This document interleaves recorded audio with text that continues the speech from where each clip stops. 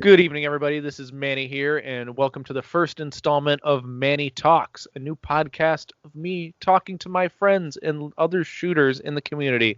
Tonight, I am very honored to have my buddy, Brian Levy, on the show. Brian, how are you doing?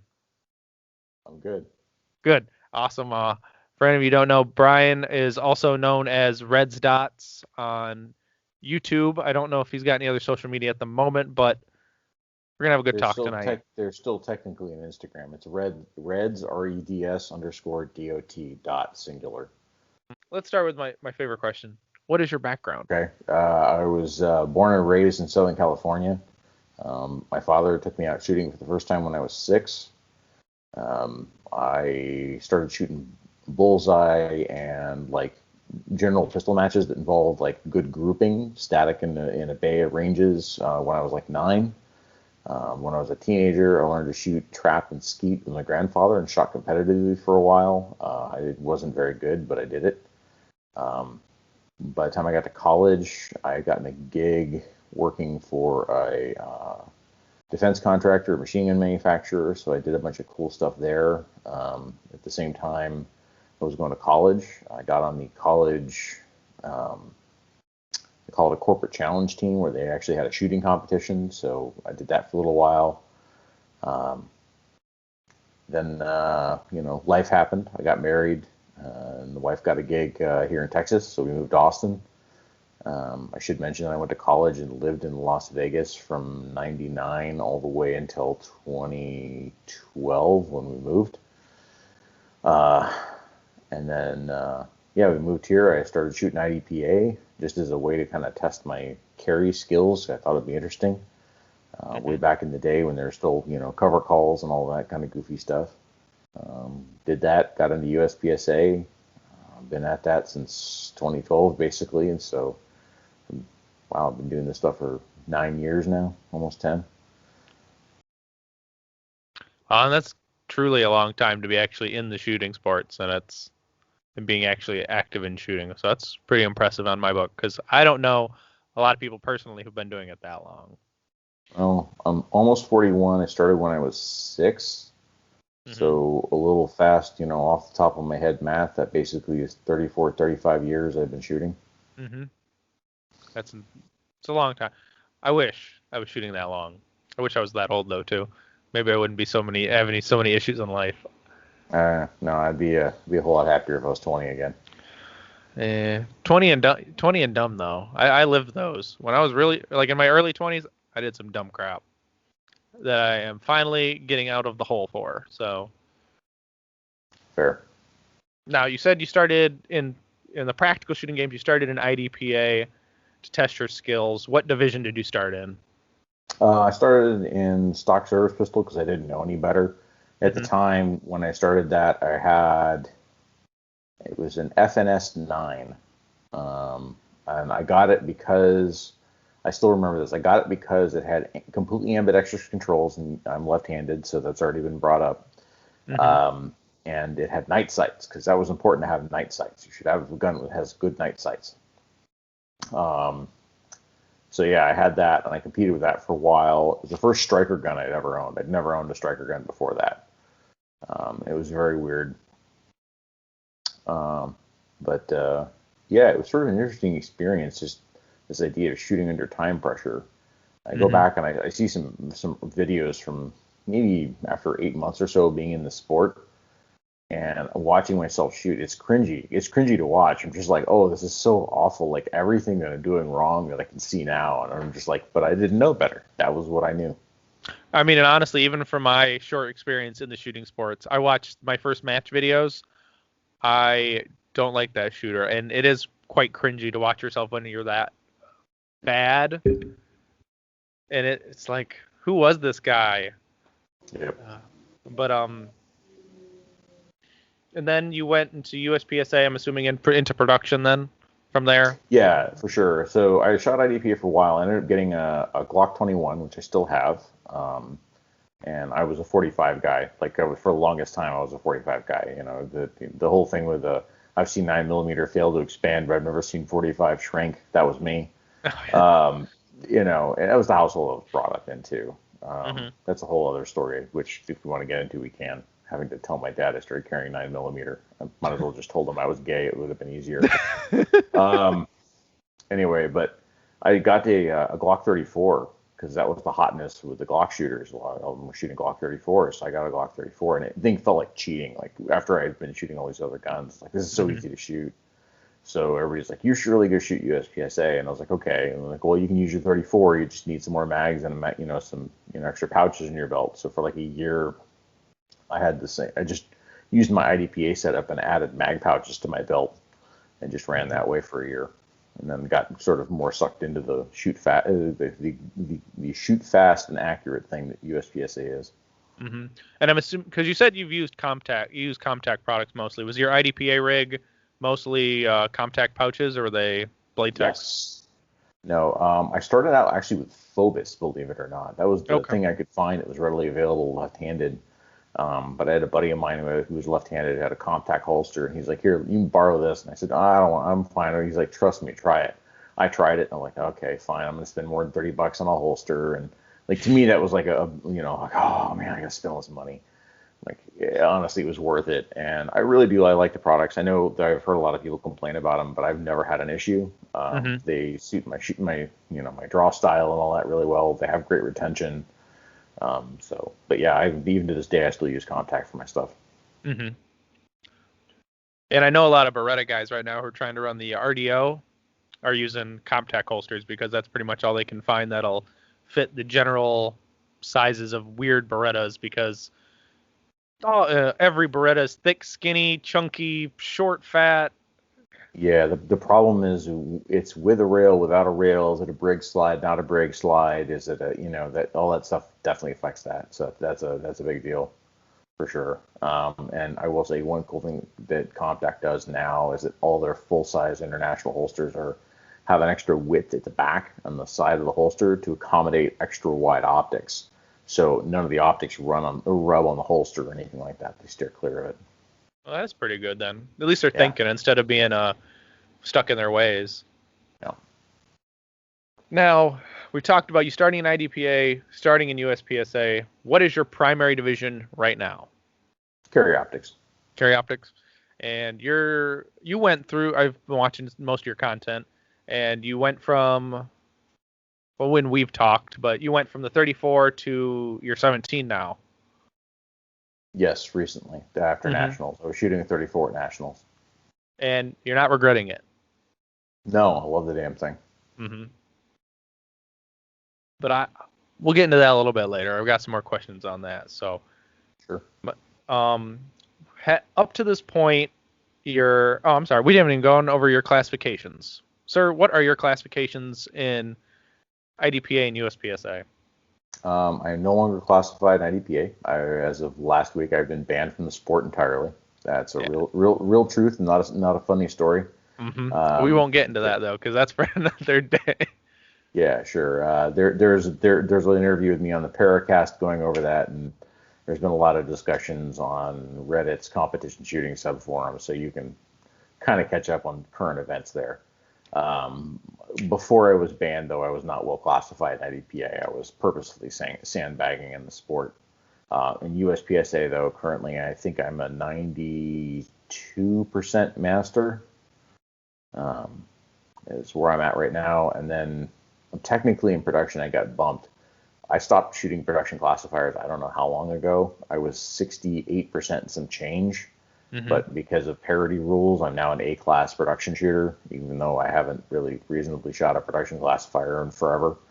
But yeah, I left production as a mid-B class and rolled into CO and just sort of steamrolled my way through. And, here I am trying to knock on the door of Grandmaster. Yeah, and I agree and disagree with the bump ups for, one less than your current classification and your highest classification. But when you get to be a GM in PCC, it doesn't really make you a master in every other division, though. There's some parity there. I will say, honestly, like now, it's probably fair to have me as A class in production. I doubt I have the reload skills that I used to have with that, only because short mags and lots of reloads. But as far as speed and control, I'm way better even with iron sights than I was at the time when I left production. Mm-hmm. So. Oh, and the red dot, it really does make everyone a better iron shooter, in my honest opinion. I think it can teach you a lot that'll actually apply to both for sure. Mm-hmm.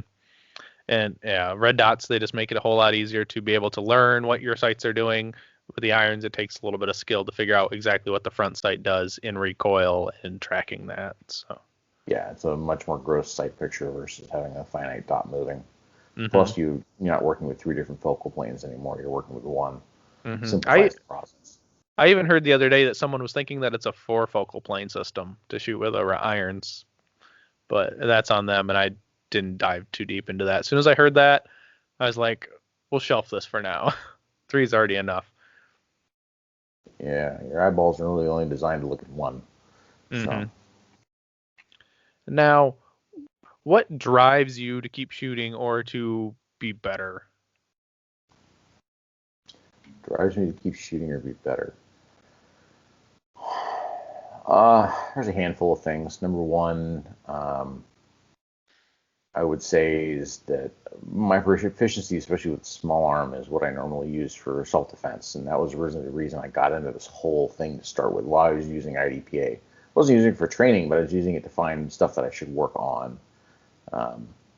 And I think even now, even though I'm playing the game and I've invested my time and energy into playing the game well, what I've found is that it makes my skill in general a whole lot better. I'm really comfortable operating it under stress.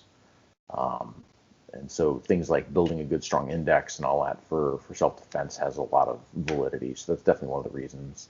Mm-hmm.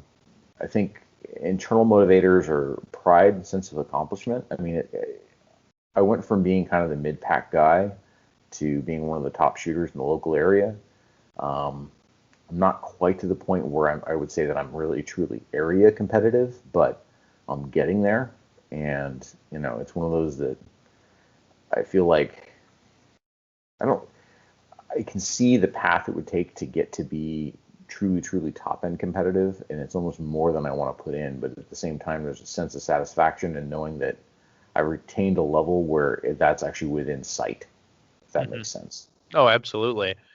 It's I think the Laney Basham quote, only the top 5% of people win 95% of the time. So, and you're getting there. And I mean, you're seeing your high level competitive locally, you're getting to that regional area competitiveness, and then you're striving to be that one of those top guys nationally. And I can see it. I mean, you put hell of a lot of work in it. I mean, we talk all the time, and you're pushing me, I'm pushing you. I mean, we're both getting better together because we have our goals we want to make, and I can see you're gonna hit your goals. Now, speaking of your goals, what are your exact goals at this very moment for 2021 and maybe down the road 2-3 years for your shooting? For shooting, okay. So 2021, I have 2 separate goals. Mm-hmm. Goal number 1 is to make the classification of Grandmaster. Mm-hmm. So that is to achieve a 95% USPSA classifiers. I am close to that. I got very close just before nationals, and then I had a couple of bad classifiers hit, which brought me down. But the reality is the classifier system is, a rolling average effectively. So I have no concern that over the period of this year that I'll be able to pull that off. I can land enough high quality classifiers and make that happen. Mm-hmm. The other goal is to go to USPSA Nationals this year for Carry Optics and land somewhere in the top 25. So that's the one that's going to take more work. Mm-hmm. This last year I ended up, I think it was 43rd overall at Nationals in Carry Optics, and a couple of guys I was squatted with ended up at between the 20th place and 25th place. Mm-hmm. And I saw how much different their shooting was than mine, and the answer is not very much different. It was this much. And I know that I can train past that level for sure. Now, I also know that everybody else after this year is training harder, working on things and improving. So I'm definitely in a foot race with everybody else. So I can't improve just this much and then make it. but this much plus a little more will definitely put me there.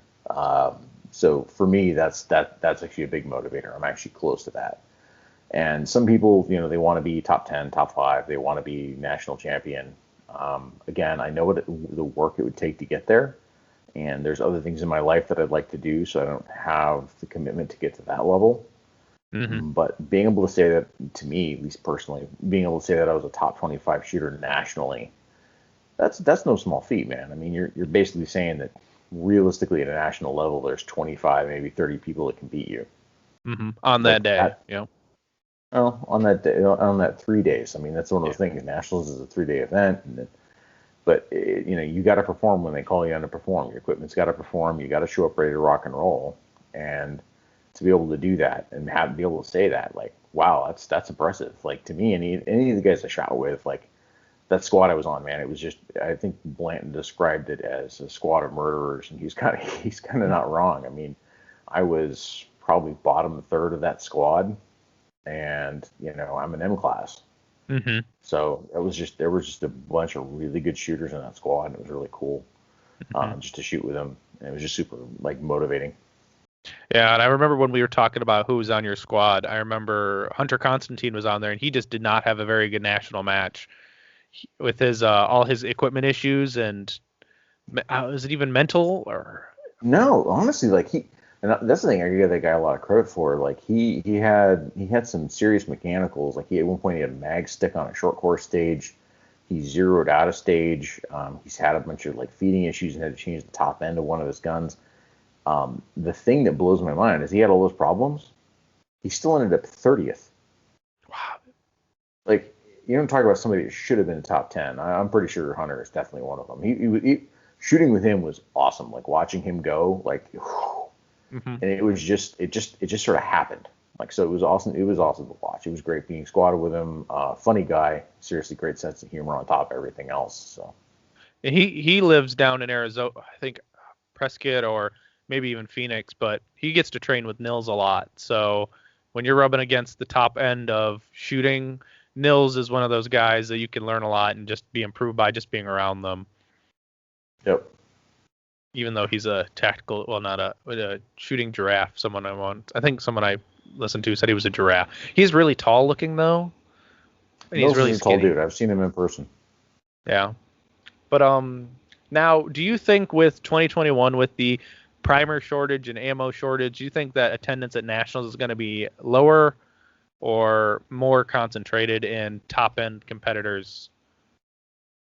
It's a good question. I don't know. I think that they've had this discussion, not necessarily about nationals in particular. We've had a discussion about ammo and the shortages quite a bit. And I think it comes down to those of us that are geared to compete, those of us that want to be able to perform, that want to get out there and do the thing, will find the way to make it happen. Mm-hmm. And the people who are bemoaning the price of ammo and I'm just not going to shoot because it's too much and I can't find or I can't do, there are those of us that are finding and there are those of us that are doing. And it's one of those like, yeah, I'm not buying the cheapest primers right now. Yeah, I'm not buying the cheapest ammo available right now. But it's more important to me to spend the money to be able to compete than it is for me to sit on my thumbs and not. So Mm-hmm. I make that decision that's the trade-off I'm willing to take in order to make my goal happen. So I think the people who are still driven will still be at nationals. Now, will that reduce overall attendance? Maybe. Attendance was pretty strong, and we were in peak COVID for nationals this year. And Mm-hmm. so, there was over 400 competitors, I think, at the production CO match. Yeah, I I don't think, know how yeah. many, Mm-hmm.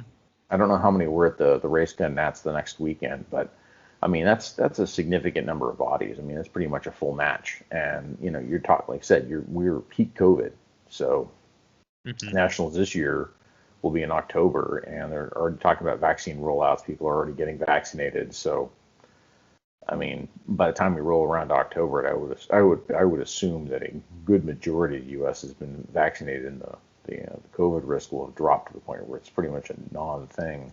Mm-hmm. We can hope. So it's going to come down to availability of ammo for Mm-hmm. people. Um, but yeah. So I don't know. I don't know if it'll necessarily drop attendance, but I don't think you're going to see any drop in heat. The people who care will be there. Mm-hmm. Right. And honestly, I think I will listen to something the other day, and it's like people who fight through this ammo shortage are going to be dry firing a lot more and putting in the work other ways than necessarily putting rounds down range, but making those rounds that they have to practice count even more than ballistic masturbation at the range or doing whatever they want. I mean, I know I haven't shot a live round since November, unfortunately, but I've been touching my gun and dry firing almost every day, so I will I'm not. warn you, when you finally get to the range and crank off a few rounds, you will experience the disappointment that is recoil. That is a thing.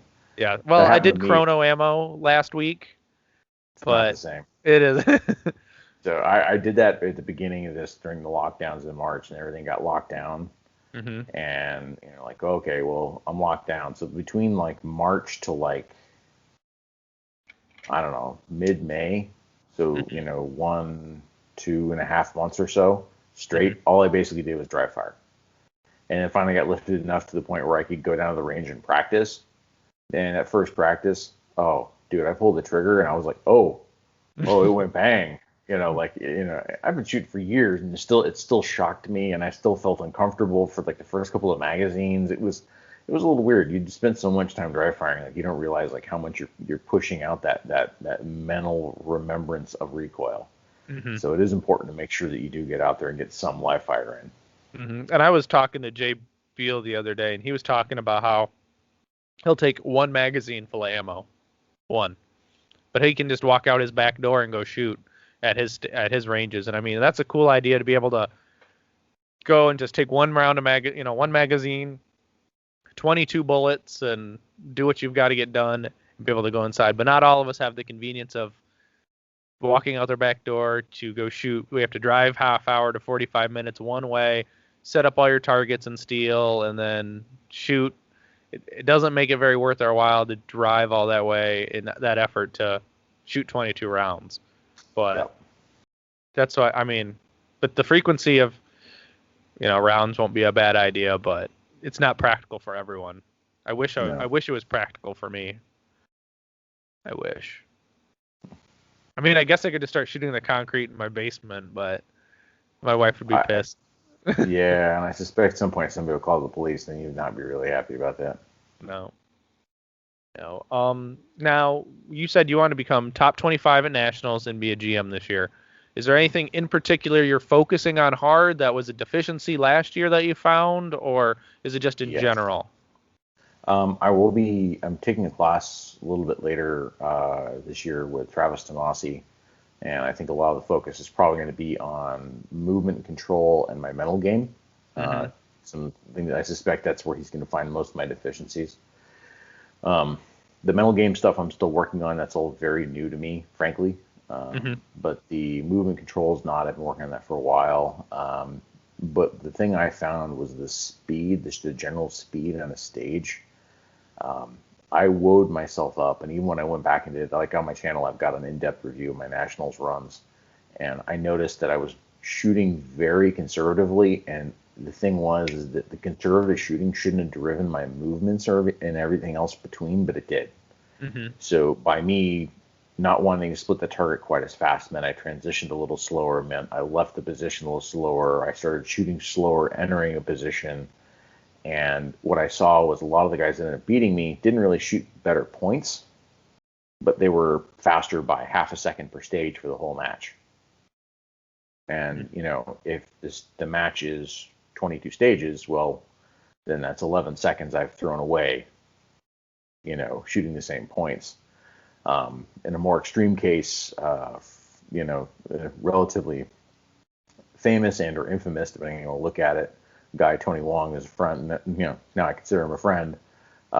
Shot, I think he was almost a full 30 seconds faster than me, and hmm he shot slightly better points than I did, not by much, but I mean he smoked me. He ended up, I think he was 23rd overall at nationals. hmm And he had, but yeah, he had 30 seconds on me, easy. Um, so But wouldn't we that's also that's say that Tony lives in speed mode? No, I think he as he described it and where he learned it, was this idea of I'll get into some stuff that I probably won't talk about too much, but is the idea of the quote unquote house of speed. Um, there's a lot of philosophy behind that. Takes a lot of explanation, and I think I understood some of it on an intellectual level as we discussed it, but it wasn't until he and I got in the range and he started having me go through some exercises that I really started to grasp what he really meant. Mm-hmm. And I know it sounds strange and esoteric, but it's really what that's about. Is that you really need to push the speed, but you can't do so blindly. Mm-hmm. You're not just going willy-nilly for the sake of it. And if you don't have the vision, the coordination, or the understanding to go with it, it's a waste of ammo to try to do it. Right. And Tony came out 28th, right behind Tyler at 27th. And Tony shot overall, or is that in CO? Oh, let's go and see. Oh, I was on combined, so we'll click. Oh, okay. So Tyler was 22nd and Tony was 23rd. You were right. Tony shot 91% of points. Yeah. Surprising. And you can see that he's got like a no shoot penalty and some other stuff in there. Mm-hmm. Yeah. Yeah. Look at his time. What's his net time? It was 296.64. Yeah, I want to say I was like 320 something. And if you're a USPSA competitor or anyone who uses Practice Score, get the competitor app. It's very handy. Yeah. Best $10 you'll ever spend. You've got me up there. What was my total match time? Okay. Yeah, you'll have to scroll down the list a bit. It's not that far. You were 43rd with 314.98. 314. Okay, so not quite as far a disparity as I remember, but yeah, I shot at 314 seconds and he was 296. With your 1 foot fault. Yeah, with my 1 PE for foot fault. I earned every bit of that foot fault. I mean, I had to slow that down and look at that a couple times to figure that out from watching that video. That guy was an awesome RO then. Yeah, I know. Like if again, there's 2 ROs there that I wish I could go back and be like, okay, points to that guy for being an amazing RO and making an amazing call. That was a tough call to make. Mm-hmm. Then of course there's the other guy who was just a funny RO. So. Mm-hmm.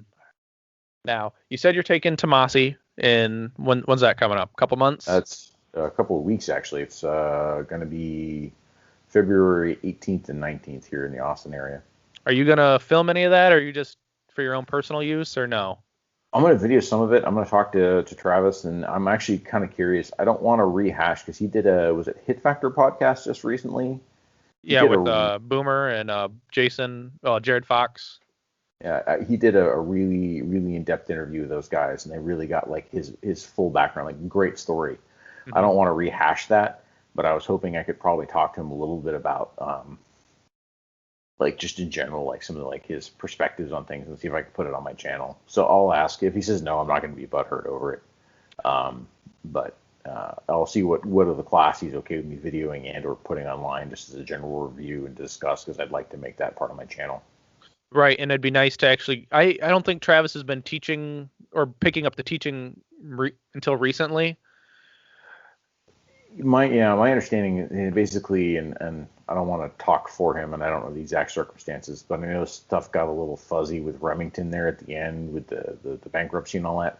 And I think there were some issues with him teaching, but still technically being employed by them. I'm not sure how that all worked out. But he did publicly announce a couple of months back that he was doing classes and he had his website up and everything like that. As soon as I saw that, I'm like, oh, sign me up for this. Mm-hmm. He's a cool guy. He's got an amazing background and experience at the highest level of these sports, like at the international level. And to get his perspective on things is, as far as I'm concerned, worth its weight in gold. Top it off, the guy is probably one of the nicest human beings I've ever met. So. Yeah, and I listened to that interview too, and it was quite nice. And it was interesting to hear him talk about his mental process of imagining himself on the podium for his world shoot. And that is fascinating. I would love to wrap my brain into that and be like, how did it feel? I mean, like truly feel. And he was competing and working with Max back in Max's open days, and when Oh, ammo is plentiful and government supplied. yeah. Well, I was about to say that Max's open days ended long after they both left the AMU. I mean, he was shooting open right up until 2017, 2018. Yeah, when CO became provisional or Yeah. just out of provisional status. Yeah. Now, speaking of CO in its early days, would you have shot CO in its original configuration? I did. Oh, did you? Okay. See, that's Yeah, something I didn't know. I was shooting it. I had actually I have right here. So I bought this as a backup to my production CO gun, and at the time they were having a discount, and this is an MOS modded model. And I thought, oh well, it's got the thing for a dot, and I'll buy a dot on a lark. It'll be fun. Maybe I'll go play with it at a steel match or something like that. And I got a dot, threw it on there, and I played with it for about half a day, and I went and shot a match. And for me, I destroyed it this USPSA match, and I was like, wow, this is kind of neat. And so it was just shooting production with a dot, but I actually liked it. I kept going, and then the rules shifted a couple of months after that, where they were like, okay, 140 mags, and you can fill them up.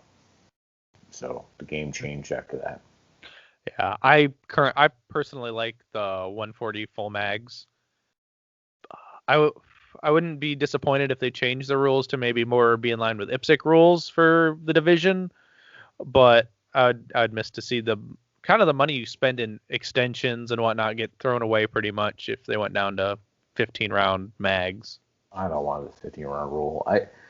It's a weird combo division, but it makes it interesting. Like, you get minor power factor, but you can take open level, tight or difficult shots because you got a dot. Mm-hmm.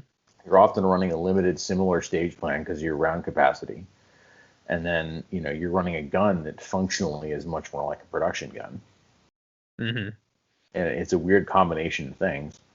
But for me, it kind of works. It fits a niche. I'm not super keen on seeing a lot of changes to CO. I know there's a lot of guys that want to see a lot of different things hit. Mm-hmm. I can see the creep towards it becoming just open minor, and I get that. But I think there are certain things like allowing like guys with like the staccatos or whatever, the ones that are factory and they're basically 1911s that are coming preset for a dot. I don't think there's anything wrong with that. I don't think there's an inherent advantage to having those. Mm-hmm. But comps, yes. Gigantic magwells, yeah. Mm-hmm. Smaller carry magwells, probably not.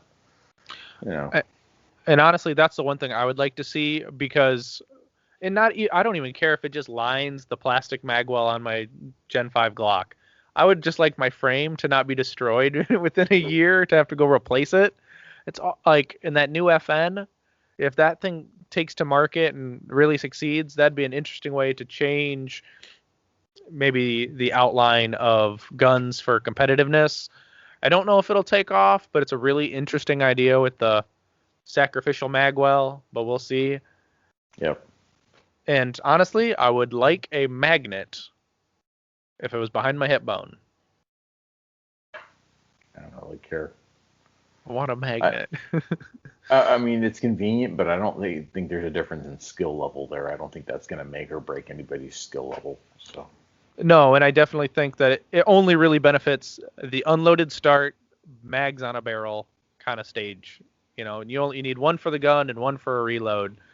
Instead of having to jam it into the pouch, you can slap it on a magnet. Yeah. But what are you going to lose? Maybe a tenth of a second having to put it in the pouch compared to a magnet. So it's really no big gain. You'll lose more than a tenth stuffing in the mag pouch versus being able to slap it to a magnet. But yeah, it doesn't really matter, right? So if it's one way, then everybody is one way, and if it's the other, then everybody is the other. It doesn't really differentiate the division. Follow? Yeah. So it's not like if they say magnets are cool, well, I'll be in the same group as everybody else getting magnets for the exactly reason that you just stated. If they say magnets aren't cool, then I'm not going to get one, and we're all still having to reload the same way. Right. And I kind of agree. I don't care. I don't mind if a staccato wants to come in and play in carry optics, long as it doesn't have the honking magwell. And honestly, you can't really work a comp on minor power factor ammo. Yes, you can. Yes, you can, and it makes a difference. See, I haven't tested that. I'll have to look into that then. I've actually shot there's a guy who does a lot of training for staccato. His name's Matt Little. He Oh, goes by, Graybeard. yeah, Graybeard Actual.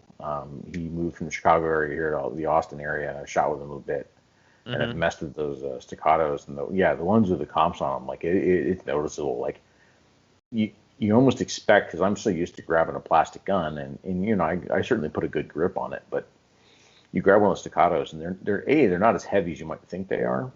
Mm-hmm. But B, it was interesting. Like you shoot with a comp, and it's like the slide just sort of does its thing, and Mm-hmm. you don't really feel the gun rocking in your hands much. It does make a difference, and you can grab one of the ones that's not comped, and you'll feel the difference. It's still very controllable, but it's like that comp does help. Like there is Now, a measurable difference. is he's shooting the XC, isn't he? For USPSA, Right. or are you talking about just in general? In general, I think I remember him shooting an XC before it was He, I, called an I XC. I don't know what the labels are. I know he does generally carry with one, and he likes the one with the comp. Mm-hmm. For USPSA, he actually has an actual open gun though. He's got like a Oh, 2011 framed open gun with a frame mounted dot and the whole 9 yards. I knew his wife did. I didn't know that he actually had an open race gun. I thought he was just shooting with a regular No, he's comp done both. staccato. Does he? Yeah, done both. But now he's shooting. He actually was waiting for the race gun to get built, so he's been shooting that. Oh, okay. So maybe they'll bring the race guns line back. Maybe, hopefully. Don't hold your breath. Well, I'm not going to open anytime soon. I'm too poor to shoot open. I have enough money to shoot open. I'm still not going to open. That's too much of a pain in the ass. Well, you rather would buy it cheap and stack it deep than load your own ammo and Deal with whatnot. finicky magazines and balancing ports and popple holes, and yeah, forget it. No, Yeah. too much work. Or yeah. And your the slide racker broke or a finicky race holster that could break and then your gun's stuck in the holster. I can't remember. Somebody actually had their gun locked in their holster because they broke a screw off of them. But all right. Now you said before now, what other classes have you taken? Prior to this, what other classes have I taken? I've taken both classes from Kita for 180's firearm training. So I've taken her basic movement class and I've taken her advanced class. I've taken Steve Anderson's basic class, and I have taken a class with Ben Stugger. It was many, many years ago. And I've taken a class with a local guy here. His name's Carl Wren. He does training at KR Training. He was running a competition class in conjunction with another local shooter here, a guy by the name of Roy Stedman. Roy is actually kind of he's one of those quiet, good shooters. He has gone to IPSC Worlds, I think, for every one since like the mid 2000s. He made it before this whole COVID craziness, but he made it to shoot classics in the senior division for the U.S. team. But he is an open grandmaster, and I believe he's also a single stack grandmaster, a limited master. Roy is an all-around good shooter, and so he helps teach that class. And that was actually some of the first real instruction in competition shooting I got beyond just watching YouTube videos. Awesome. Now, classic, that's production in IPSC? No, single stack. Oh, okay, yep. You're right. Classic is single stack. Standard, yep, standard is limited. Limited. I think production is production, if I remember right. It's silly, but yeah. But hilariously, that's not legal in production. It's too long. That's why you get a Glock 17 and run that in production in IPSC. There you go. Now, this is one of my favorite questions I thought about. What is something that current you would like to tell past you about shooting? What would master level Brian like to tell entry level unclassified Brian about shooting? Can it be more than one thing? Oh, absolutely. Okay.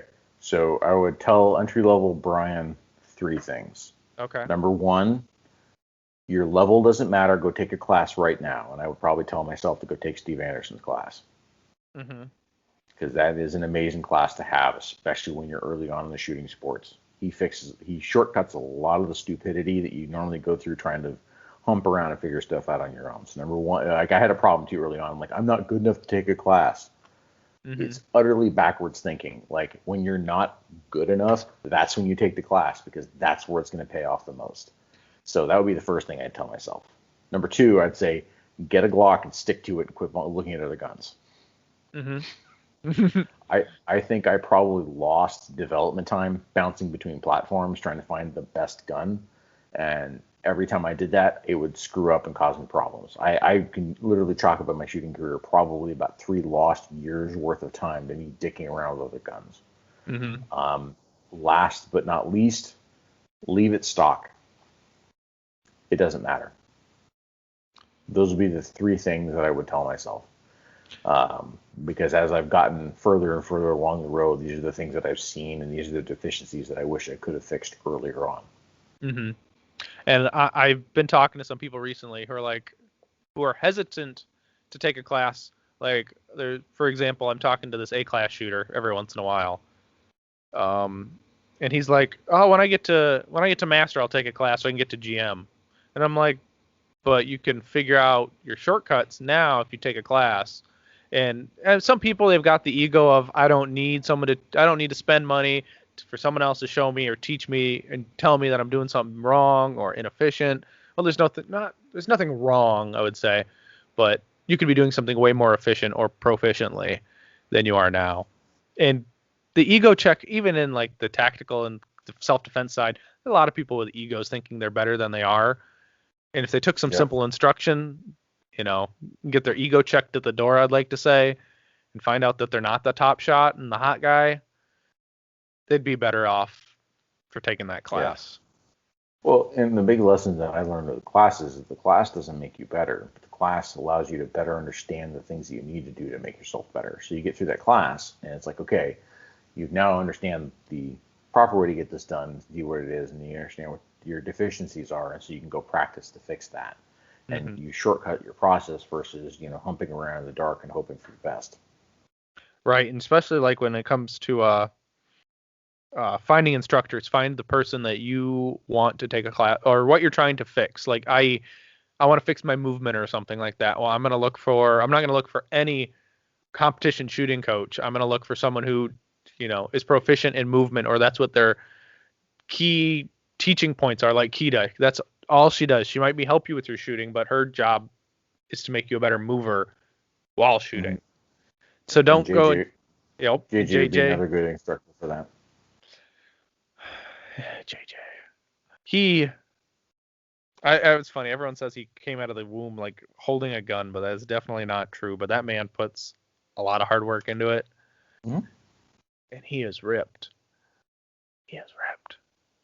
But he is the funniest guy. If you follow anyone on social media, you need to all follow JJ Rakaza for the lulls and the funny things he posts on his story when he steals things from his children. I.e., right now he's got these little like Mario Kart like things they ride around the neighborhood on, like made for children, but he's riding on it. I mean, JJ's not that tall, but he's like his legs are all kicked out and he's riding with it. It's freaking hilarious. I'll have to send you a video of that. That's kind of funny. Yeah. You'll get a kick out. But yeah, I totally agree with you on keeping your gun stock. I mean, not everyone is gonna like a Glock. They might like a P10C, but that's a Glock. Find a cheap gun and get good at it. Not necessarily a cheap gun, but I mean, find what you like and stick with it. If you like Shadow 2s and they make you feel warm and fuzzy inside, awesome. Rock and roll, brother. Like I don't have any issues with any of those things, but one of the things that I did is I spent a lot of time chasing the modifications, trying to make something better, and that would have been time, energy, and money better spent on ammo, practice, and focus time versus sticking with the guns. Right, or always trying to find that next thing, that next gear item to make you better and mull over inefficient way of doing things or just poor technique. And if people just got over some of the crap that, oh, I need that trigger, I need that gun, I want that guy's setup. That guy's setup's not going to make you any better if you still are a crappy have crappy trigger control and bad sight picture and sight alignment. Bingo. And as soon as people get over that, they become better instantaneously. It's kind of just like your ego at the door. Just get it checked, and we're going to move on, and we're going to learn from here. Yep. Just like the everyone talks about the tactical shooters all going to their first match and getting their dick kicked in by the gynecologist or the accountant. Yeah. That's still one of my favorites. There's a club here that's up north that's close to an army base here in Texas. And I shoot up there a lot. And I've had a couple of guys ask me, like, well, what do you do for a living? Like, they've shot with me, and I'm busy smoking a stage. And then I tell them, and I get blank stares from them. I'm just like... You just got to say you're a professional shooter out of your own wallet. I had one girl, oh man, I was shooting an IDPA match, oh man, this must have been 2 years ago now, and I was shooting, there was a father and a daughter, and it was their first or second match together, and they were having a good time, and they were being safe, which is frankly all I cared about. The dad, like after like the third stage, came up to me and says, hey, I noticed you're pretty quick at this. He's like, can you give me some advice? And I was like, sure, what do you need advice on? He asked a few questions, so I just gave my honest opinion. I mean, I don't know how much I'm not a professional shooting trainer, so my advice is worth, whatever. So I thought to myself, like, okay, here you go, whatever. And we shot this one funky stage where you just shoot off a balance beam, right? And everybody was kind of doing this, like, whoa, whoa, okay, bang, whoa, bang, whoa. And I'm like, I looked at the balance beam, and they're like, they allowed you in the walkthrough to get on it, stand on it. I realized that if I turned my feet, bladed them a little bit, and like squatted, I could turn all the way and see all the targets and stay balanced without going anywhere. And I could shoot really fast and just jump off the side of it and run up to the next obstacle. And everybody's trying to like slowly inch their way up and shoot all the targets. Mm-hmm. So like the buzzer went off, I ran up there, I hopped up on it, and the thing squatted down, shot all the targets, hopped off of it, and finished the rest of the stage. And the girl's like, "Oh my god, you're really good. Are you like a professional?" And I really didn't mean to do it to like upset her or like be like a jerk. I just broke up laughing. I'm like, no, I'm not even close. Like not even remotely a professional shooter. Like no. And she's like, but you're so good. I'm like, no, I'm really not. Like I didn't say it, but in my mind, I'm like, yeah, I'm the smart kid in the short bus. It's not that big a deal. Like,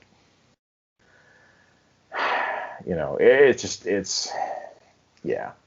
So it is interesting, you start seeing stratification the further up you go to, like your mental state about how good you are or you aren't.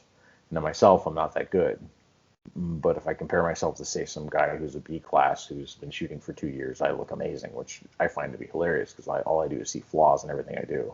Mm-hmm. Well, maybe if you started looking at the positives of what you're doing, your self-image would be improved and your mental game would go through the roof.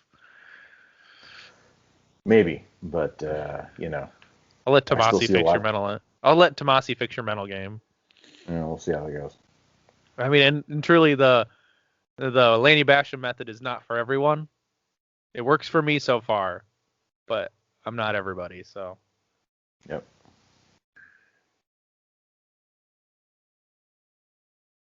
But Oh, okay. Now here's a good one I like.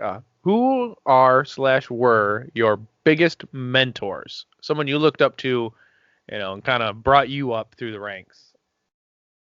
In shooting sports or shooting in general? Shooting sports, shooting in general, whatever floats your boat. Okay. Well, first and foremost is my dad. Mm-hmm. My dad was the one that first took me to the range for the very first time. Bless you. And bless you. But my dad took me to the range for the very first time. He was the one that got me into this stuff in the first place. He was the one that, when I was like 9 and I wanted to try his big 1911 and 45, he was just like, okay, here you go, kid. Like, and there wasn't any like holding back or worrying about it. Let me have it at it. I think second would be my grandpa Ben, who would be my maternal grandfather. Mm-hmm. He's the one that taught me to shoot, trap, and skeet. He was also, this is during my teenage years, was sort of like one of those guys that was like, he would teach me some of the basics. And I was so used to like my dad always like being there, standing behind, okay, do this and then do this and work with this and then do this. Grandpa Ben's like, all right, this is how you do this. You understand what I'm saying? All right, go out there and do it, kid. I'm going to go talk to this guy over here. And he would leave me on a squad by myself with people I don't know, and I'd have to go shoot 25 rounds and skeet. And honestly, like, that wasn't a bad thing. It taught me to learn to interact with people, taught me self-reliance, self-analysis. So there was a lot there that he was like, here you go, kid. He also liked to play jokes on me, but that's a whole other, that's another pile of hilarious stories. But yeah, so that was probably the first two. There's been guys that I followed, like in practical shooting, like once I got here, started doing it. Like I realized I wanted to be better, so I knew I needed to hang out with the better shooters. I would argue some of that has changed. I know two of the guys that I used to follow. One of them was a left-hander who was shooting Glocks, and I was like, this guy's cool. He's really fast. He's cool. He's confident. He's a lefty like me. Like, I'm gonna follow him around and like get his advice. And him and this other guy were both really good shooters, and this other guy was a better shooter than him. But through them, I got to know a lot of the better shooters in the community in general. And at this point, I know the one guy, he's basically, as far as I know, he stopped shooting in the shooting sports, the guy I idolized initially. The other guy has continued on, sort of off and on. You know, his life and career has sort of gotten in the way of some things, but I would argue to some extent I know for the first guy, I'm definitely a better shooter because he's just basically stopped. I think even the second guy, he and I don't shoot the same division, but I think if you could find parity between the two of us and eliminate division disparity, I would argue I'm a better shooter than he is. And I looked at him and his shooting ability for a very long time. You know, he's still a friend of mine, still a nice guy. You know, I'm still happy to squad with him, shoot with him, you know, swap hilarious stories and tell jokes. But it's interesting that, you know, as things have progressed, my skill level has grown, and those people who I once idolized became rivals and then ceased being even rivals. So there's people now that I look up to that I'm still friendly with. It's a very interesting dynamic the further up you go. You mentioned earlier when we were looking at scores, Tyler, there's a guy here in Central Texas, Tyler Northcutt. He's a very good shooter in CO. Definitely a better shooter than I am, and I definitely look up to him as far as the shooting, and I like shooting with him. But it's interesting to me because I'm friendly with him. Like, it's not like there's some separation where I don't talk to him or get too far. Like, he's a friendly, like, I'm like, it's just Tyler. Like, he's a cool dude. He's a really good shooter. He's great to talk to. And I found that the further up the ranks I've gotten, that's more and more true. It tends to be the ones that are literally professional shooters. And I don't mean like the guys that are really good at nationals. I mean the ones that pay the bills by pulling the trigger. And, you know, those are the guys like Max Shell and Ben Stugger and you know, I don't even know if Christian Seiler, well, I know he teaches classes. And so guys like that, they teach a lot of classes. They do seminars. They are literally paid by a company to shoot a gun. Those guys, they tend to have a air of separation about them. Not sure what that's necessarily about, but all the other guys tend not to be. They tend to be pretty friendly. You know, you talk to JBL, I talked to JBL, I got to meet him at Nats. You know, and he ended up 5th overall, right? Yes, 5th in Carry Optics, yep. Yeah, I mean, and he's just 100% approachable. Chat with him, see how he's doing. Like, and it's interesting, like, you know, so I can still look at him and say, you know, this is a guy that I idolize for his shooting skills and for his especially his mental game. But at the same time, he's still just a guy I can talk to. There's no wall, there's no pedestal, if that makes any sense. Yeah, Jay, I like talking to Jay. I almost talk to Jay as much as I talk to you, and that's a lot, and he's quite a nice guy, you know. It doesn't even have to be about shooting anymore, which is quite nice, you know. He's that good of it. He's that nice a guy. I would say there are some people who I would have idolized, but now they just become more friends and whatnot. And yeah, I would agree that it's something about that, really, that top 1%, those guys who are pulling the trigger to pay the bills, who are the little out of reach essentially, but not always. I'm not saying that they're rude by any stretch or that they're mean. Or it's just like you do notice, like Max Michelle, like if you saw him at Nats and you're like, hey Max, good luck. He turned, smile and give you a fist bump, whatever. he was definitely sociable, but there is always this weird air that you're not quite, there is some sense of separation that happens Right. there. Unless you were like Casey or JJ on that level with Max. And I think a lot of that is because those guys are shot together so much, they're just friends. Right. But you know why Max Michel won that, right? Blanton fist bumped him on day 2. Yeah, well, he won every stage that day. Yeah. He burned it down. Now, as we're getting near the end of the show, I've got a couple more questions. This one I've stole from Scott Jedlinski because I like how he puts this. What is the one thing that people can start doing or stop doing to get better? One, start doing or stop doing to get better? Mm-hmm. I'm going to give a stop doing. And the stop doing is making excuses why you can't get better. I have met a lot of people that, every time you give them an opportunity to improve, they will tell you the 3 reasons why they can't do that, make that opportunity happen. And I think that's, it's probably a question of motivation, but I have met people that they're just so conditioned that way, they only see the downside of everything. And, it's this recession and nobody can find any ammo, so there's no way I can get better. I just can't. Like, it's just not a thing. Like, so dry fire. Well, I've got kids. Okay, so dry fire at night. Well, my wife hates guns. Cool. Grab a stick, start working your footwork. Well, that would just look dumb. Like, they find every reason in the book to not do anything. Mm-hmm. Yeah, they'll tell you every reason why they can't make themselves get better. And it's interesting.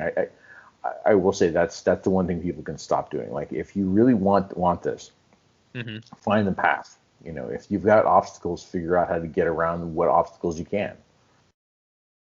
If you don't have a range you can go live fire and run around at, you're in the same boat as a lot of other people, but there's ways around that. Yeah, and honestly, you can go to the indoor shooting range and still put bullets down range, and still, it's a little inconvenient, but you can still get the practice in. Yep. And I wish a lot more people would just stop making excuses. I know personally, if someone gives me a critique or something I can do better and try to improve, I'm going to say, thank you. I'm going to give it a shot, and I'll report back to you what I find. And if I don't find that it works for me, like a technique or something, I'll say it. But at least I gave it a shot and tried, instead of saying, oh, that won't work for me. Oh, that attitude will take you far, sir. It will take you very far. You will learn so much more by not having a closed off mental state.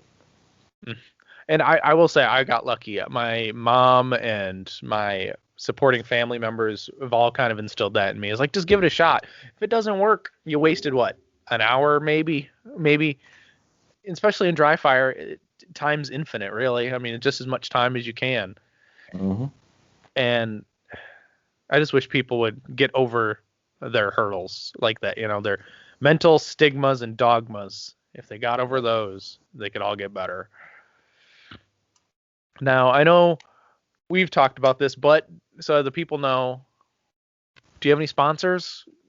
Nope. I certainly have companies that I appreciate and support myself, but I don't have any official sponsors. Yeah. My wallet. Your wallet. Yeah. That needs to be on everybody's jersey. I need to tell Go Fast Don't Suck to put that on everyone's jerseys, just on the bottom. Their wallet. And now, in those companies that you like to help out and support, can you name some of those so the people can go find them and maybe help support them too? Sure. Kita Bussey's group, the 180 firearms training group, she's been integral in teaching me how to be a better mover on a stage.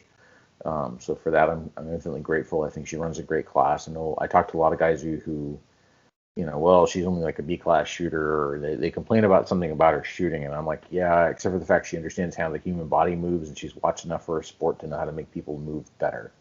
If you're willing to check your ego at the door and listen to her, then you will learn a lot, and it will make you better. I also give a shout out to Empire.